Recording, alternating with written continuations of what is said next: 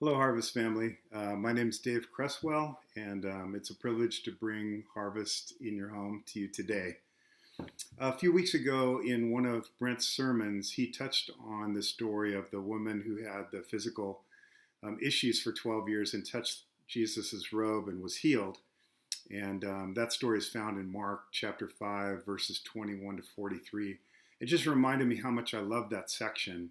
It's a story within a story. It's Jairus, the synagogue leader, and in the middle of his story, where he had issues with his daughter who was sick and dying, the woman with her physical issues comes in, and then it goes back to Jairus, and there's just so many rich truths, lessons, and applications in that. I want to touch on one of them today. Just a small part of Jairus' story. So basically, Jairus goes to Jesus, falls at his feet, says, "My daughter is sick, near death. Will you come touch her and heal her?" Jesus went with him. Huge crowd. Things are stopped while we have the story of the woman with the physical issues. And then as Jesus finishes up with her, some people from Jairus' house come and say, "Your daughter's dead. No use going on, moving forward with this." And Jesus says, "Believe, have faith, let's continue," and heals his daughter. That's kind of the long and short of it. In that story about Jairus, there's two questions that are asked in that passage, and that's what I want to talk to you about today. The first question is found in verse 35, and that was the people that came from Jairus' house to bring the news, "Jairus, your daughter has died." And their question was, why trouble the teacher any further? The other question is found in verse 39 as Jesus comes to Jairus' house and sees the professional mourners and the weeping and the wailing, and he says, "Why are you making a commotion?" Those are the two questions that I want to talk about today. Jairus' friends say, "What's the point?" Jesus says, "What's the problem?"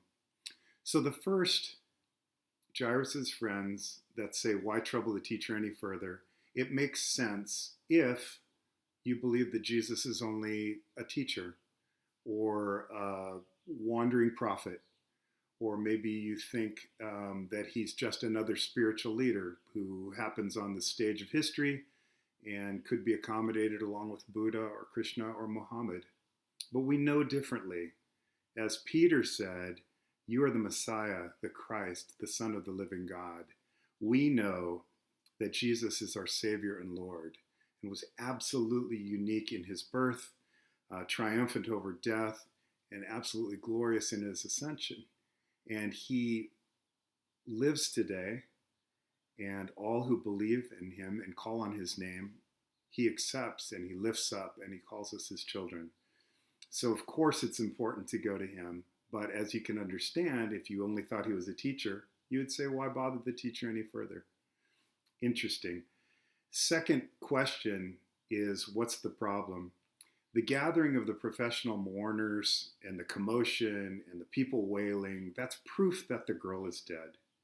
Jesus says, "She's not dead, she's only asleep." And the crowd laughs at him. Now, Jesus was not denying the fact that the girl was dead.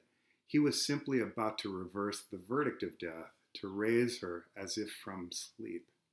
It's absolutely amazing. Here's the application. Why bother the teacher any longer begs the question, who is Jesus? Why would we go to him?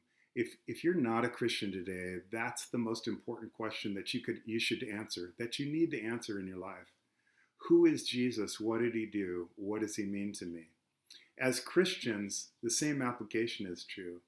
We need to use that as a filter in every aspect of our lives, knowing who Jesus is, knowing how Jesus values us, knowing what we mean to him, dictates how we go through life, the decisions that we make, the stress that we face, the challenges that we have, the joy that we feel, the blessings that we receive.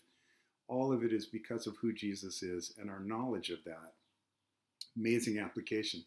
The second part that I find incredibly comforting, especially in this season, is that as you face challenges and stress, potentially illness, even in this case, the ultimate question of Jairus' daughter dying, Jesus says, "What's the problem?"